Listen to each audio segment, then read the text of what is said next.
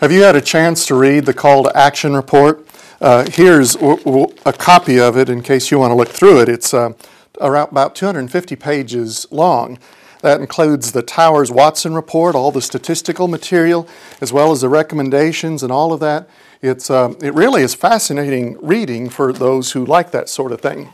But for those who don't have time to go through all 250 pages, let me just briefly summarize for you what the Call to Action says. This is the United Methodist Church and the timeline going over the last few decades. And here is our membership. And here is our attendance trends. And here is our cost for doing ministry. All that we spend on the local church, on the conference, on the general church.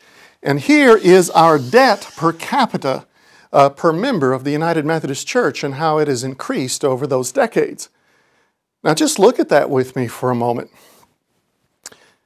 And what we see is an intrinsically unsustainable model of ministry. And that's what the Call to Action calls to our attention. Now there are other facts that are revealed in the study, such as our median age. Here in Missouri, our median age in United Methodist Church of our members is 56 to 59. That's about the median age of our pastors too. The median age in the culture around us is 29 to 33 in most of the states in the United States. And some urban areas it's even lower. And so when people ask me, just what's the greatest challenge facing the United Methodist Church, I point to that number right there. There's a generation difference between the leadership of the church presently and the culture that we're called to serve. Now there are a lot of other gleanings in the Call to Action. It highlights what is called a crisis of relevancy, a lack of clarity about our mission, the institutional focus, that we're too institutionally focused, the organizational distance between the members in the pews and the leaders of the church, the governance structures that are misaligned and not conducive to our mission, and our difficulty in reaching young people. Now, most organizations, when they receive this kind of news, they have a pretty predictable pattern, and it's been our pattern too. We tend to ignore, deny, avoid, and blame. And blame is always my favorite one. So why are we in this mess?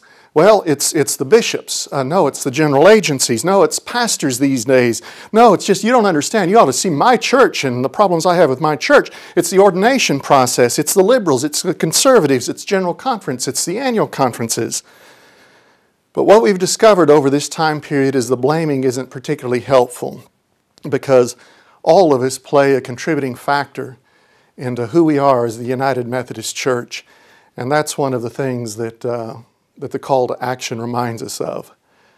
Rather than blame, we're going to have to learn some new things. We're going to have to learn more about our mission, more about the context and mission field around us, more about the relevance of our message, more about those outside the church, more about the next generation, and more about what Christ is calling us to meet the challenges that are placed before us.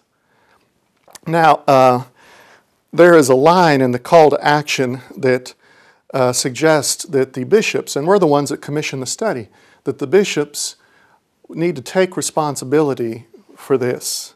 And I want to describe what I think that means. It doesn't mean, let's blame the bishops like it's all their fault. I served a growing church before I got into this position. But when I think about what does it mean to take responsibility, I picture this desk that is full of green folders. And each one of these folders represents just an amazing, positive ministry of the United Methodist Church today.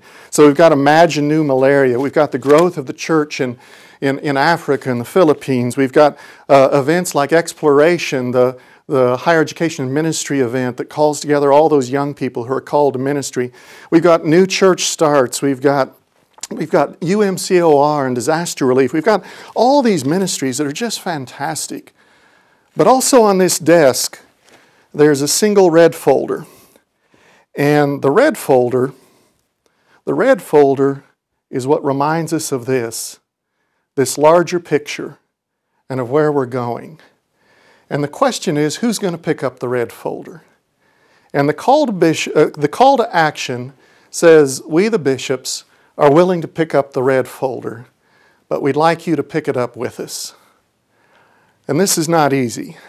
This is painful. But we can't merely continue to avoid and blame and deny. We've got to see a way forward. And that way forward involves prayer. It involves repentance. It involves an openness to the Spirit. It involves learning what the problem is and seeking and exploring what the solutions may be. It involves an outward focus. It involves reinvigorating our sense of mission. It involves future-oriented thinking and trusting God.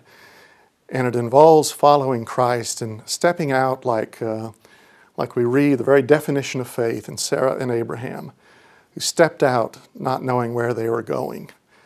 That's what the call to action is calling us to do, is let's explore a new way, trusting God.